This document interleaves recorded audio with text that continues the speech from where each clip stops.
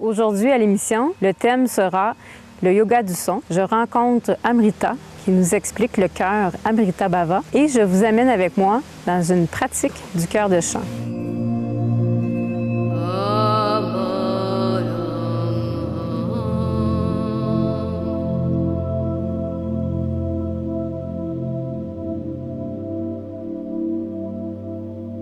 Alors aujourd'hui à l'émission, on reçoit Amrita qui va venir nous parler du chœur de chant, le chœur Amrita Bhava. Avec tous tes instruments, oui, la femme d'orchestre. On va en déposer un petit peu. Merci. Avant qu'on parle des instruments, j'aimerais que tu nous dises comment ça a commencé ça, le chœur Amrita Bhava. Ici. Ça devait être ici depuis longtemps. Mais plus concrètement, j'enseignais à Pure Yoga. Et puis, comme tu sais, je m'intéressais beaucoup au son. Puis les chants amérindiens, j'en connaissais plusieurs.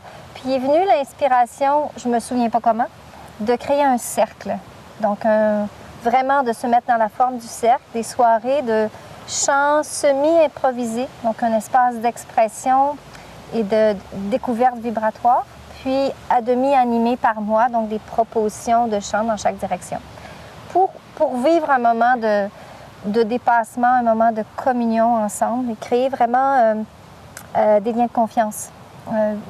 Tout ça s'est fait, en fait, je ne sais pas à quel point c'était voulu mentalement, mais il y a vraiment eu une communauté qui s'est créée entre les femmes qui étaient présentes, parce que c'était surtout des femmes. Ça a duré plusieurs mois et à un moment donné, ça prenait une autre étape. Donc c'est venu très, très fort à l'intérieur de moi que oui, c'est important de prendre soin de soi, de se créer un groupe d'appartenance, de se ressourcer, mais il y a le monde. Et yoga, c'est union. Donc, pour moi, c'était devenu comme... ça éclatait de l'intérieur qu'il fallait faire sortir ce cercle pour s'ouvrir sur le monde et offrir les chants, offrir ce langage, offrir cette façon d'être ensemble et d'agir dans le monde. Donc, d'aller offrir les chants à des endroits, aller en prestation oui. Ou en animation. Oui. Ma première vision, c'était pour des manifestations. Le fait de jouer du tambour, un rythme commun, et de chanter des chants au lieu de scander des slogans ou de rien faire, pouvait être vraiment une façon, comment on dit ça, non violente, mais très efficace. Mais c'est pas ça qui se passe. On n'a pas fait de manif. Quoique, on a participé à l'événement Femmes gardiennes d'eau avec Saraj. Mais donc, le chœur, c'est ça. On a comme créé l'idée, c'est moi et Hélène Archambault qui avons eu la vision de un chœur de chant qui serait ouvert à tous. Donc, au départ, on se disait des enfants, des personnes en restriction physique, vieux jeunes, pourraient venir et puis juste se donner un temps de vibration. Puis finalement, ce qui se passe, c'est que c'est surtout le même cercle de femmes et on a comme 5 personnes dans le noyau. Mais on est toujours ouverte à ce que des personnes viennent et repartent et construire un répertoire, construire une confiance, construire une puissance aussi et être attentif à où est-ce qu'on pourrait aller chanter. Où est-ce que ça peut être utile. Okay. Et voilà. Et puis ça s'inscrit dans la lignée du yoga du son. Absolument, oui. De faire un avec la tamboura, de faire un ensemble. Donc, d'être présente, d'être alignée en soi, mais de s'oublier un peu, d'oublier un peu nos petites préférences. Moi, j'aime mieux la mélodie comme ça, ou je me sens plus à l'aise dans le rythme comme ça, pour créer une unité. C'est vraiment l'esprit du yoga. Okay. Comment fonctionne le chœur de chant? Puis il y a les instruments aussi qui sont là. Oui. Donc, le premier instrument à développer, c'est soi-même, la voix. Et pour ça, on utilise le tuning, donc le registre juste, la note et les entrenotes justes, grâce à l'instrument ici électrique qui reproduit la tamboura indienne. Donc, on peut avoir tout le spectre des notes, toutes les harmoniques sont présentes. Et c'est un instrument qu'on peut, on peut placer la tonalité qu'on décide de... Peut-être qu'on peut montrer ce que ça donne. Là. Il y a différentes notes qui peuvent être sélectionnées. Normalement, c'est branché. En fait, j'ai peut-être les piles dedans. Ouais. Donc, puis là, si je voulais baisser la tonalité, et ainsi de suite. Donc, c'est ce que j'utilise comme base pour qu'en début de pratique, tout le monde découvre et raffine sa voix, son instrument principal, la ragini. Et puis ensuite, l'autre aspect de la vie, de l'existence, il y a la mélodie, mais il y a aussi le rythme. Donc, dans les mouvements de la nature, dans le fonctionnement du cosmos, il y a un rythme. Et dans la vie humaine, c'est devenu la notion de temps, le déplacement dans un espace. Souvent, on trouve qu'on manque de temps. Mais avec le tambour, c'est ce qu'on on réapprivoise, de se mettre au diapason avec un instrument, d'oser exister avec l'instrument. Ça, c'est le côté masculin.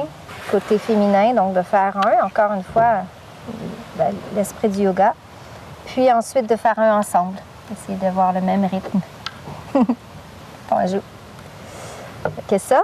En plus des Indes, Amérindiens, on a une belle, un beau, moi aussi, je pense savoir ensemble. Oui, c'est ça. Ouais. De l'est en ouest, et puis nos racines, et puis les racines plus anciennes. Beaucoup de nos chants sont en sanskrit, qui est la source des langages indo-européens, une langue qui parle à nos cellules, donc on va très loin. Puis en même temps, on se connecte avec notre réalité plus politique et géographique, les Amérindiens. C'est chouette. Il y a d'autres langues utilisées aussi. Oui, on essaie d'être universel. Comme tu veux le montrer dans les émissions, le yoga, c'est la vie en fait. C'est l'intégralité de la vie et c'est universel, c'est pour tout le monde, pas d'âge, pas de race, pas de religion particulière.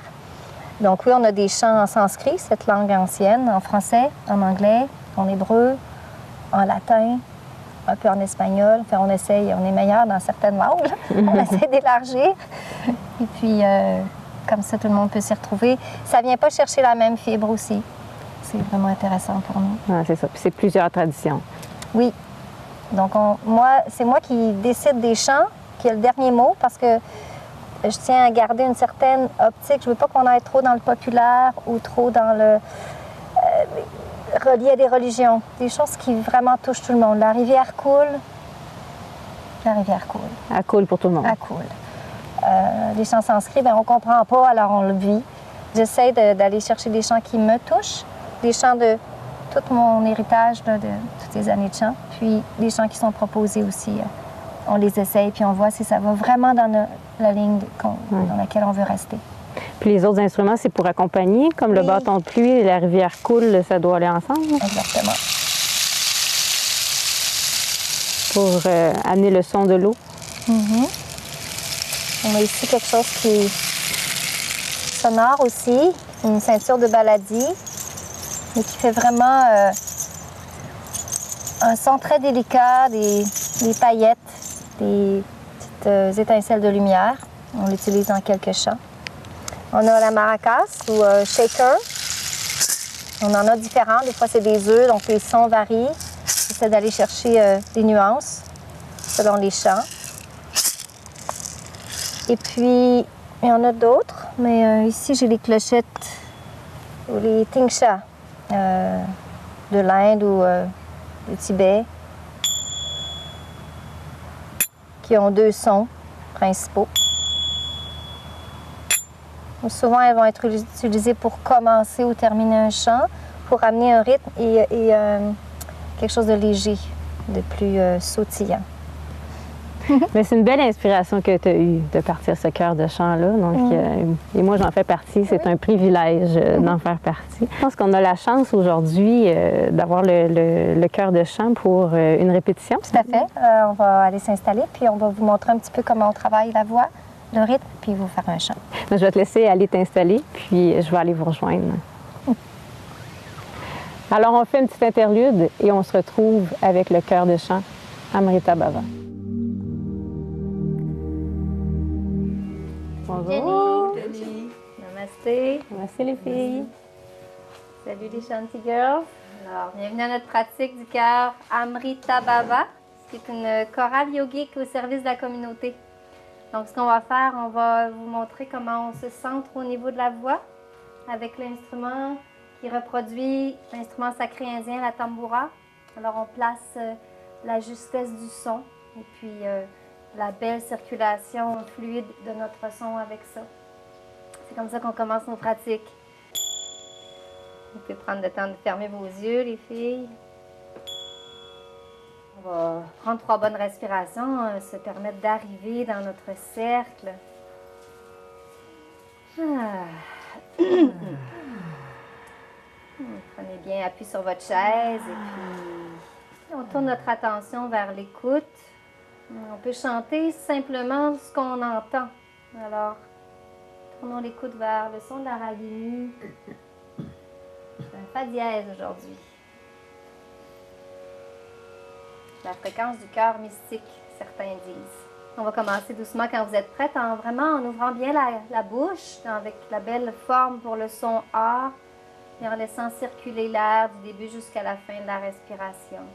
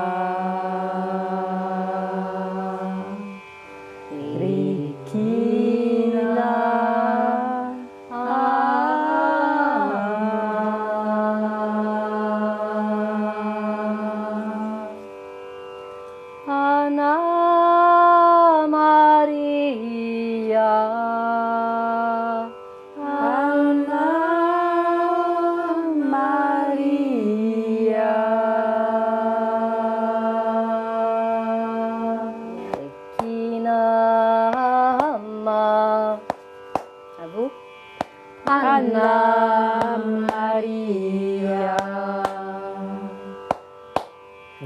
Regina Amma. C'est pas évident, c'est un peu offbeat. Anna Maria Regina Amma. Anna Maria Regina. Bel essai! Ça, c'est bien osé. C'est ça qu'on veut, des filles qui ont confiance. Excuse, on va faire toute la ligne. Je l'avais pas dit. C'est bon. Anna Maria Regina Amma. Anna Maria Regina Amma. C'est tough, hein? Anna Maria Regina Amma.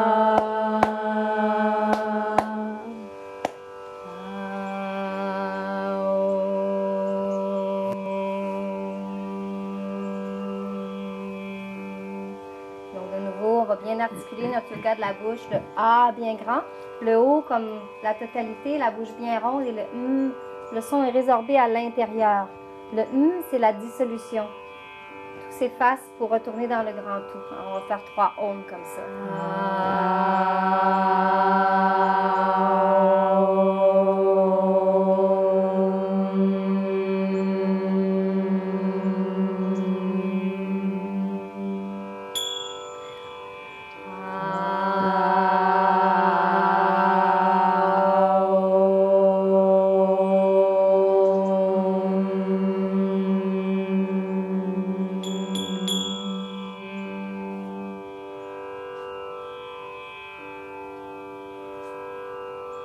C'est la première partie de notre pratique.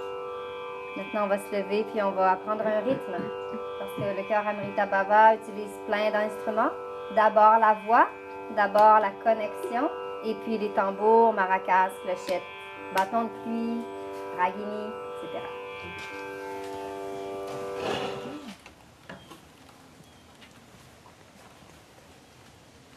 Alors, on va apprendre un rythme en 8. passe. Donc, c'est 8 pulsations, mais on va frapper sur le 1, le 5, le 7 et le 8 avec le bâton sur le côté. OK. 1, 2, 3, 4, 5, 6, 7, 8. 1, 2, 3, 4, 5, 6, 7, 8. 1, 2, 3, 4, 5, 7, 8. 1, 2, 5, 7. Ça, c'est le 8. Puis le 8, il rebondit tout de suite sur le 1.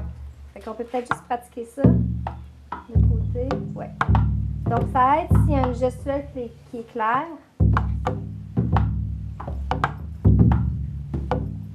On va essayer de le faire en même temps. 8. OK. Et on s'écoute. Donc, autant qu'on est centré dans notre ancrage des pieds, avec notre tambour, prolongement du cœur, on s'écoute les unes les autres. Pour faire une unité. OK.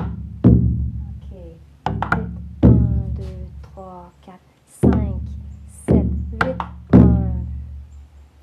5, 7, 8, 1, 2, 3, 4, 5, 7, 8, 1, 5, 7, 8, 1, 2, 3, 4, 5, 6, 7, 8,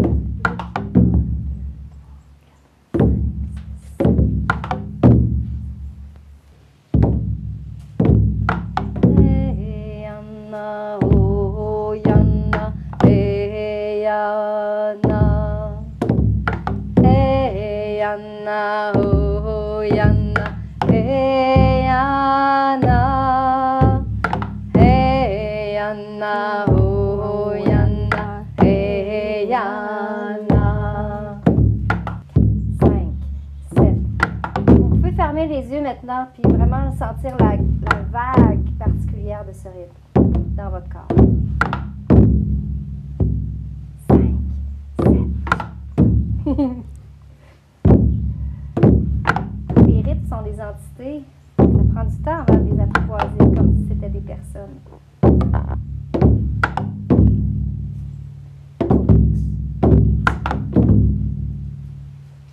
Continuez. Restez bien concentré. C'est le yoga du son, yoga du tambour. Hey, Yana, oh, Yana, hey, Yana. Hey, Yana, oh, Yana, hey, Yana. Hey, Yana, oh, Yana, hey, Yana. Hey, Yana, oh, Yana, hey, Yana. Hey, Yana, oh, Yana, hey, Yana. Hey, Yana, oh, Yana, hey, Yana. La terre est notre mère, nous devons en prendre soin. La terre est notre mère, nous devons... Oh, c'est trompé! Yeah! OK, je l'ai perdu. Donc, évidemment, quand on met un chant sur le rythme, c'est très difficile, c'est une coordination vraiment intense. 1, 2, 3, 4, 5, 7.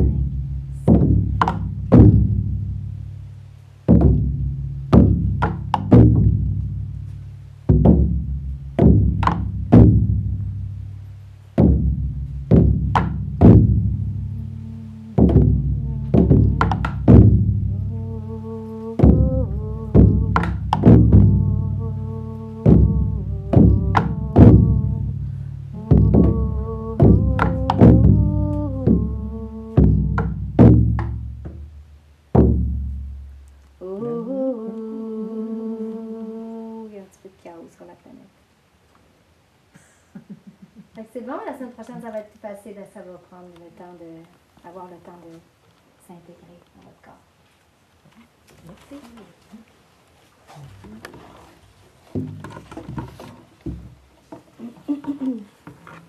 On va passer à un chant maintenant qu'on connaît. Donc, je vais prendre cette tambourine-là. Lise le bâton de pluie, parce que c'est le chant La rivière coule. J'ai mis le foulard à paillettes ou ceinture à baladi. Donc, avec le cœur, on explore les sources sonores, peut-être un peu inédites.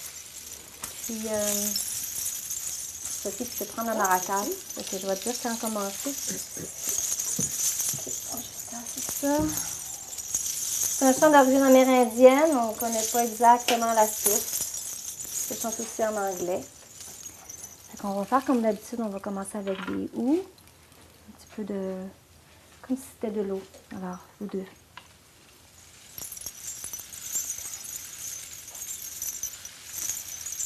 Ah oui, c'est la ravinée. Oui.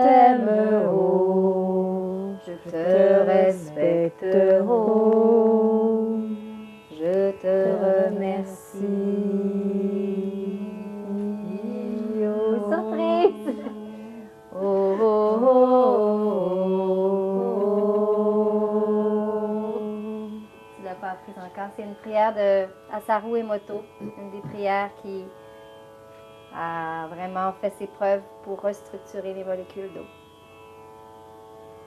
Namasté. Merci à chacune de votre participation.